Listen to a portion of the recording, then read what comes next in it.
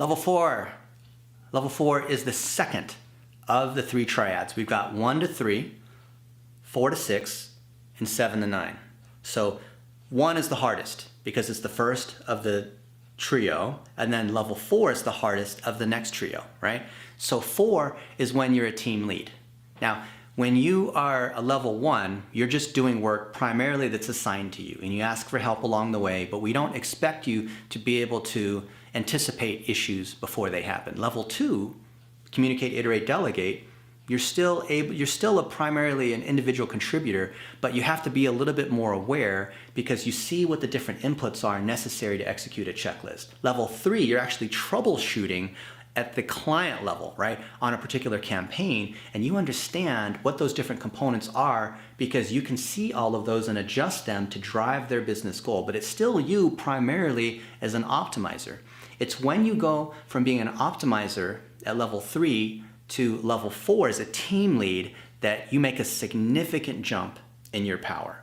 So as a team lead, you are not only doing the stuff that you do, you know, the idea of learn, do, teach, where until you have the expertise, you cannot be helping other people. At level 4, you can be helping people who are level 2 and level 1. So at level 4, we expect you to have multiple projects. We expect you to help other people develop from brand new and qualifying at level 1 to level 2 because you're going to have more projects than you can do all by yourself, right? And because of our mentorship model, we expect you to be able to teach what you have learned along the way, which is great because it reinforces your knowledge. So as a team lead, you're responsible, right? In RACI, R-A-C-I, the A, you are accountable. The buck stops with you. You have to make sure that all the other people are doing what they need to do, right? Someone's on vacation, someone says they're sick, someone's computer broke, someone didn't get the email, you can't take any of those excuses because you own the project no matter what.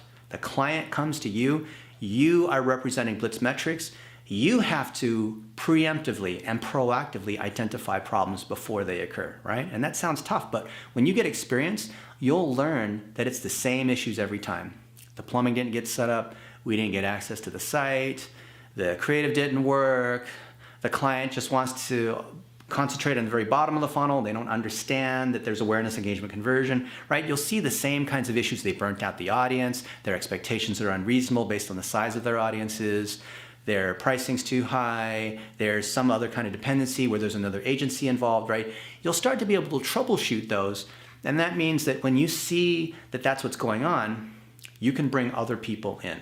You can actually manage that client relationship. At level 4, you can get on a weekly call with the client and demonstrate that you can manage that thing with very minor support from someone else, right? If you can manage an enterprise client on the day-to-day, the maintenance, where they give us a new campaign, you're able to speak eloquently and make us look good, demonstrate you have knowledge, you can answer most of the questions that they have, then you are a clear level 4 because you can teach all these other people at level 1 and level 2. And as you have multiple projects, you'll be able to balance those so that you're doing more delegating and higher level troubleshooting than you are actually in there tuning the campaigns.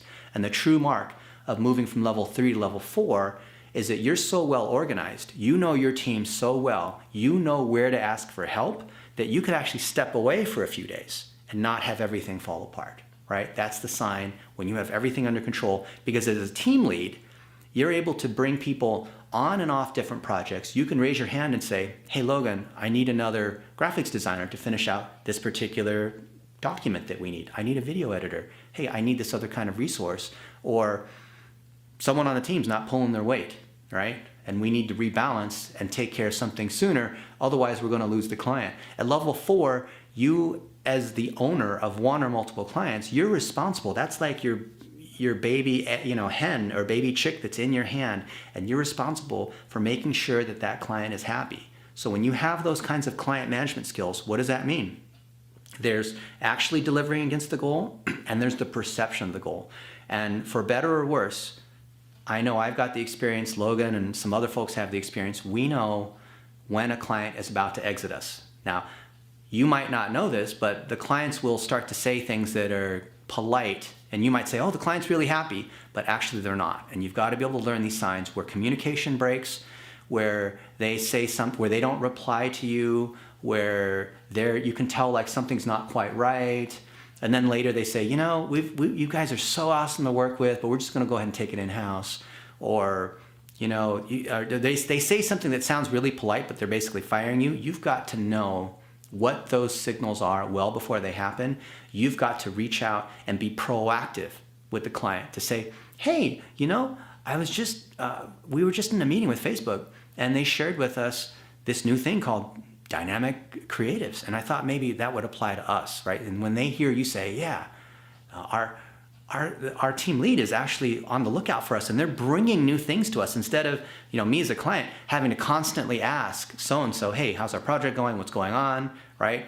I know that the person I'm working with at Blitz, who's the team lead for me, I know they're on top of it. They're watching out. I don't have to worry about it. They're constantly coming to me for new ideas instead of me having to go to them saying, hey, I haven't heard anything from you guys, like what's going on, right? Number one thing that we see if clients want to leave is because we're not delivering the results and we're not communicating. So level 4, you're responsible for all the other people inside your project and making sure this stuff happens. Level 4 is the most difficult level after level 1, right? And then after level 4, there's level 7, right? So level 1, level 4, level 7 are actually the most difficult levels in the system.